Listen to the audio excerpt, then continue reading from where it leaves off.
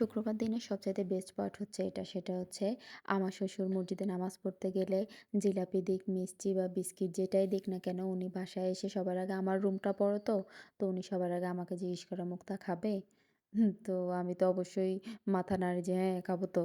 তো আজকে আমি নামাজে ছিলাম, উনার ছেলের কাছে দিয়ে গেছে যে, "এটা ওকে দিও।" তো আগে তো উনার ছেলে ভাগ নিত আমাকে দেওয়ার পরে, এখন দেখি বাবুও আমার থেকে ভাগ নিচ্ছে।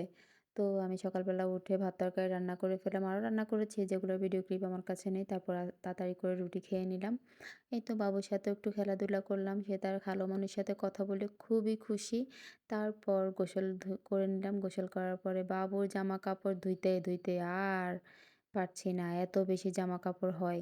তারপরে গাছগুলাকে একটু দেখে নিলাম। গাছের ফলটাও একটু পেকে আসছে। কখন যে এরা সুন্দর একটা কালার আসবে ওইটার অপেক্ষায় আছি। তারপরেই তো দুপুরবেলা ছাদের থেকে এসে নামাজ পড়ে নিলাম। এই নামাজ পড়ার মধ্যেই শ্বশুর জিলাপি নিয়ে এসেছিল।